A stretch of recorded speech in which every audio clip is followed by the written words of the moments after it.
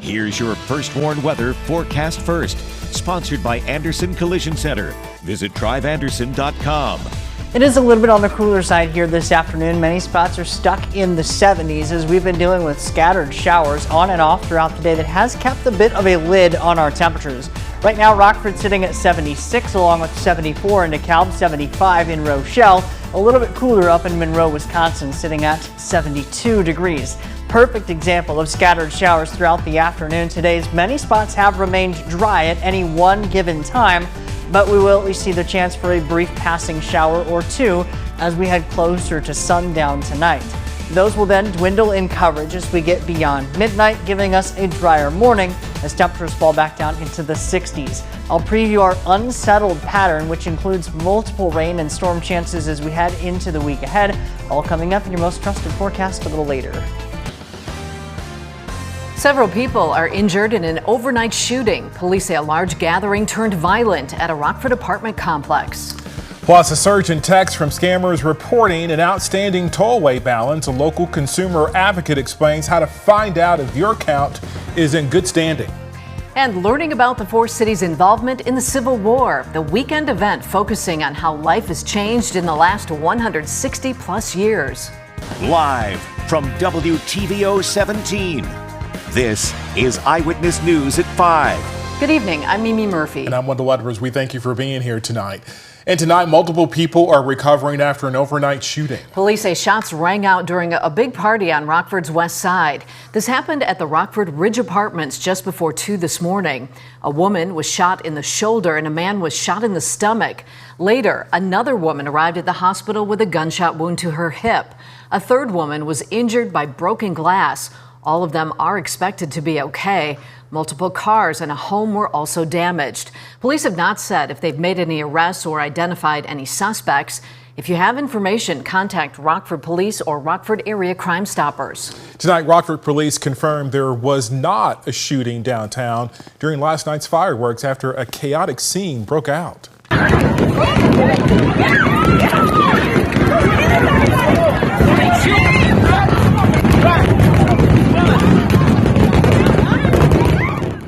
So the scare came during the finale of the fireworks show, causing, as you can see in this video here, many people to run away from the Chestnut Street Bridge. Now, police received a call regarding a possible medical emergency. Several social media posts speculated about gunshots at Chestnut and Wyman, but police say there was no evidence of any shooting on the bridge.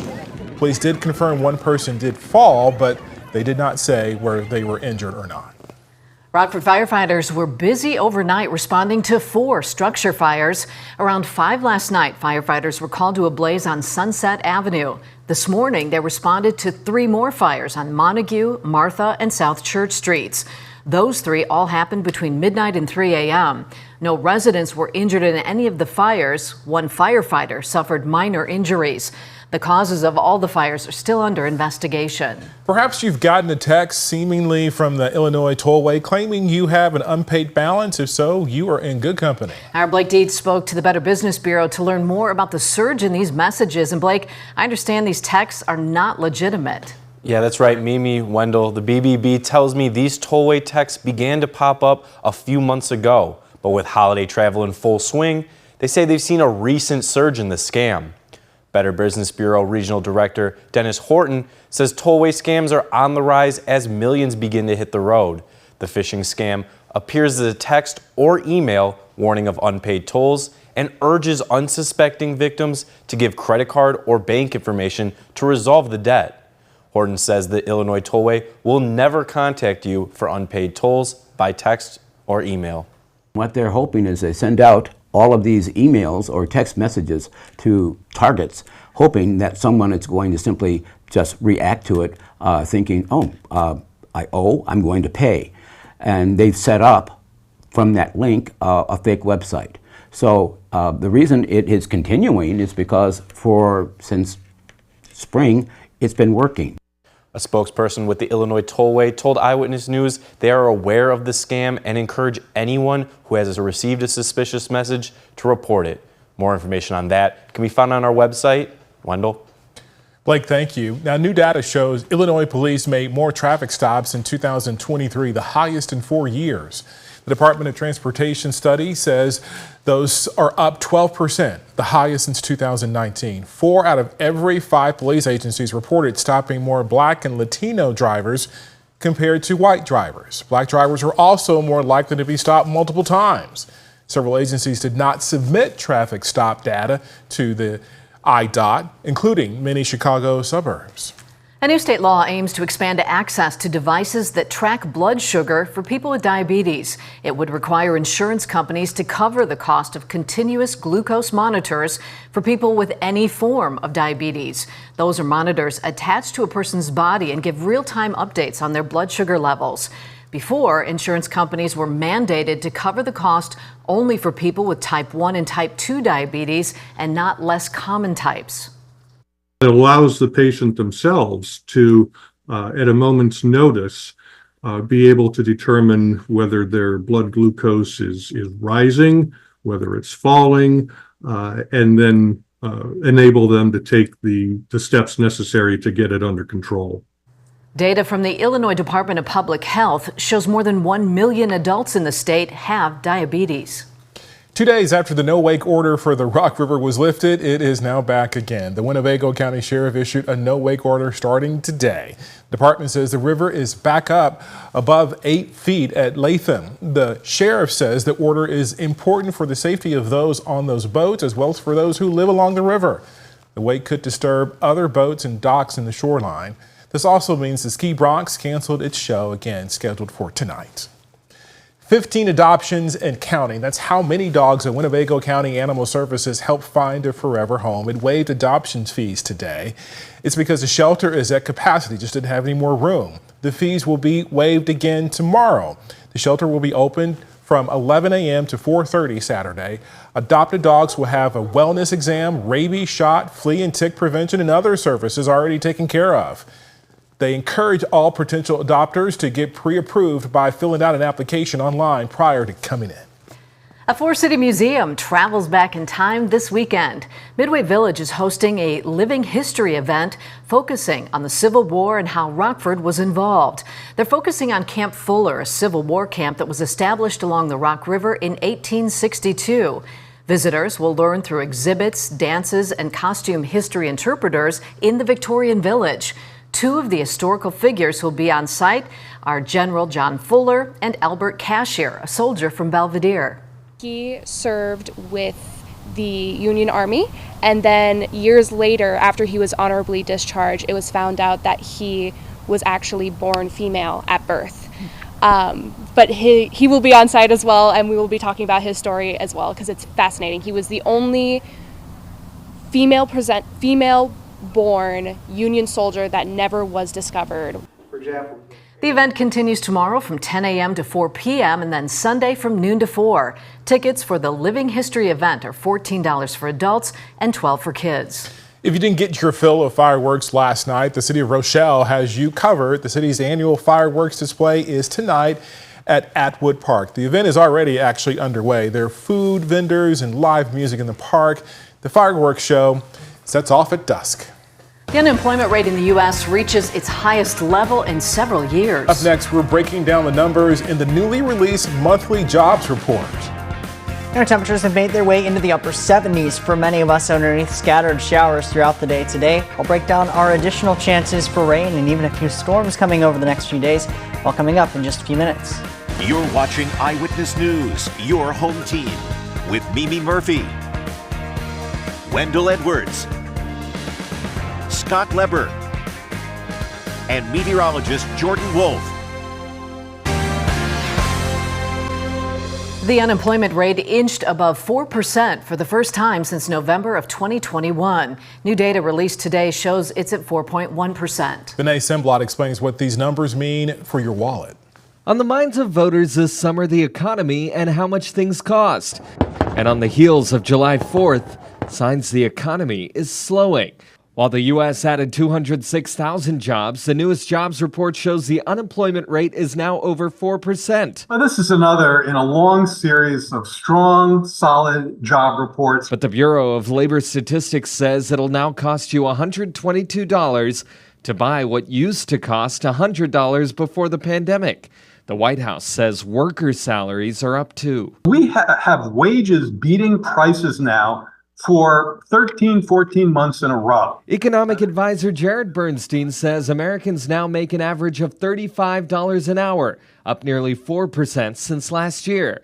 He says that wage growth outpaces inflation. That means people have a bit more buying power, a bit more breathing room. The mixed report shows the higher unemployment rate is partly because nearly 300,000 people entered the job market. So it isn't that the job market is crashing. What it's doing is cooling. Mark Hamrick from Bankrate says he'll watch closely to see how high the unemployment rate goes. I don't think this report represents a lot to worry about, but I do think that it raises the urgency in terms of monitoring the economy. Bernstein says the report's a good sign. I think stabilizing, normalizing the job market is exactly where we need to be. But ultimately, voters will have the final say. In Washington, I'm Vinay Simlot. There were some scattered showers in the state line this afternoon. A little bit, but after the break, Jordan tells us what to expect for this weekend.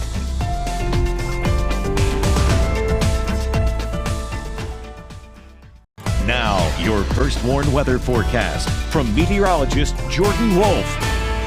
It was a little bit of a cooler day across the state line today as we've been dealing with scattered showers on and off through the majority of the afternoon and going into the evening. Some spots have remained completely dry, but there have been at least a few showers that have passed through some regions. A pretty good example of scattered showers today is what we've been seeing, with only a few spots having picked up just a few of those very isolated showers. Earlier this afternoon, as I was heading into the station, it got rained on only for a moment or so by around 1 block.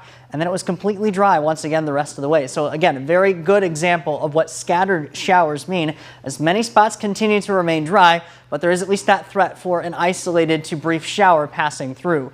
Amid the between of many of these showers, we've seen quite a bit of sunshine even. Our sunshine still showing up with our SkyTrack camera out in Freeport, and still plenty of people out there enjoying the driving range as well. A bit of a breezy west wind though behind the cold front that we had that came through last night. Another example of a little bit of sunshine showing up down in Rochelle as well. Still holding on to many of those shadows with a bit of that sunshine. It does not look like we've seen any of the scattered showers pass over there, at least in the brief short term. However, we see why we're seeing a lot of these scattered showers. We have a low pressure system sitting directly overhead almost. That cold front having passed through last night, now situated off to our east, but we are underneath that westerly flow. With a bit more of that cloud cover and the cooler air aloft, that is what has been able to spur on a few of these more scattered showers here into the afternoon. Locally, temperatures have been a bit cooler as a result, down in the 70s for many of us, including 76 in Rockford, 75 Rochelle, 74 in DeKalb, 72 Poplar Grove, and 70 degrees the current temperature in Harvard. A couple of our weather watchers across the region also reporting temperatures in the 70s, 76 for Bob on the southeast side of Rockford, along with a dew point of 61 and 0.2 of an inch of rain from him from last night. Terry, our weather watcher out in Genoa, also reporting no precipitation this time around, but 75 degrees for his current temperature, 62 the dew point, and winds a bit strong out of the west, close to 17 miles per hour. We maintain the at least very isolated chance for a shower as we head toward midnight tonight. They will be diminishing in coverage once we get beyond sunset as we lose out on that daytime heating. As a result, we are down to 61 degrees. We may also see a chance for some patchy fog that could develop with still some lingering moisture in the lowest levels. But we head back to 80 degrees tomorrow, so very similar to today, possibly a couple degrees warmer, mostly cloudy skies though, and a very isolated chance for a sprinkle. So I don't think we're going to be seeing much in the way of precipitation, even less so than what we saw today, but at least maintaining the potential chance for 1 or 2 showers to develop as we head into the afternoon. We do clear out for the most part as we head into the night tonight, but an isolated sprinkle can't be ruled out closer to midnight, and there's our patchy fog chance as we head into early tomorrow morning. Isolated showers as we get into tomorrow afternoon, but most of us will actually see a bit more sunshine, especially the further away that you get from the track of that low pressure system, which will be drifting off to our east. However, as we head in the second half of our weekend, going Sunday, Monday, and into Tuesday, a slow-moving cold front will be passing through the region, bringing us quite a bit more moisture with it, and that will also bring us more periodic rain and thunderstorm chances, mainly Sunday going into Monday and also into the early part of Tuesday. Notice we have at least multiple waves of these showers and storms moving through, and it does not look very likely that we are going to be seeing rain the entire time, but at least we will have day-to-day chances for rain showers throughout that time frame, especially Sunday Sunday and into Monday. A little bit less in coverage with that cold front having passed through once we get into Tuesday. As far as temperatures are concerned, though, we are luckily going to be sitting at least very close to average as we head into the rest of the week. Jordan, thank you. Wisconsin next with sports. Cubs pitcher Justin Steele finally got the result today he's been waiting for all season. And Scott has some sad news for Ice Hawk fans about a popular player who's moving on. Now sports with sports director Scott Lever. The number 13 has turned out to actually be lucky for Cubs pitcher Justin Steele. Today was his 13th start of the season, and he finally picked up his first win. Cubs were playing the Phillies, and Steele got some good defensive support, like this first inning grab coming up here by Miles Mastroboni at third, robbing Taylor Ward of an extra base hit. Very nice there by Mastroboni. Seiya Suzuki got to work at the plate in the bottom of the first inning. He got into one and sent it out for a 2-run homer, his 12th of the season. Ian Happ added a pair of RBI hits, but Steele was the big story. In the fourth inning, he got more defensive support from Dansby Swanson behind the bag to retire Kevin Pillar. Steele was still on the mound with 2 outs in the ninth, going for the complete game 2 hitter, and he got Brandon Drury to ground out to end it. The Cubs defeated the Angels 5-1. Steele gets his first complete game of his career, and he gets a big monkey off his back with his first win of the year. On the White Sox will be playing in Miami in just a bit. Drew Thorpe will take the mound. The Marlins have lost their last 4 games. Fighting Illini baseball team will have a Rockford Ribbits field to it next spring. Ribbits infielder Jack Ziebig has committed to the Illini. In 23 games with the Ribbits this season, Ziebig had a .270 batting average. He had 3 home runs and 5 doubles, and he averaged a walk per game. Ziebig is the second member of the Ribbits to commit to the Illini. Third baseman Kyle Shutman did the same last week. Well, Jackson Stauber gave us a lot of thrills last season with the Ice Hogs. He won't be doing that again next season. Stauber has signed a 1-year, 2-way contract with the Utah Hockey Club of the NHL. That's the former Phoenix Coyotes. And Stauber won 18 games in goal for the Hogs last season. And he set an Ice Hogs franchise record by winning 13 consecutive starts at one point. He also set an Ice Hogs record by recording a shutout streak that stretched over 3 games. And he made AHL history when he became the league's first goaltender to post a shutout and score a goal in the same game. That was when the Hogs defeated the Wolves on February 16th. And the Blackhawks happen to have free agent forward Tyler Bertuzzi added to their roster. He'll provide them with more offensive firepower. Bertuzzi had 21 goals and 22 assists for the Maple Leafs this season. He told reporters today he's fired up about playing with Connor Bedard. And yeah, obviously he's a special player, and that's what I can bring is, trying to get on the forecheck and, bring that energy, try and create some space. And, whether that's playing with him or whoever it may be, it's not going to differentiate my game. And I'm going to continue to, get on the forecheck, work hard, and, try and bring some energy. That's sports. We'll be right back. A couple scattered showers persist as we head later on into the afternoon and evening, dwindling as we head towards sunset on the Firstborn Interactive Radar. Temperatures in the 80s for the rest of the week, but periodic chances for rain and a few storms as we head Sunday, Monday, and going into Tuesday. Jordan, thank you. We'll see you at 6.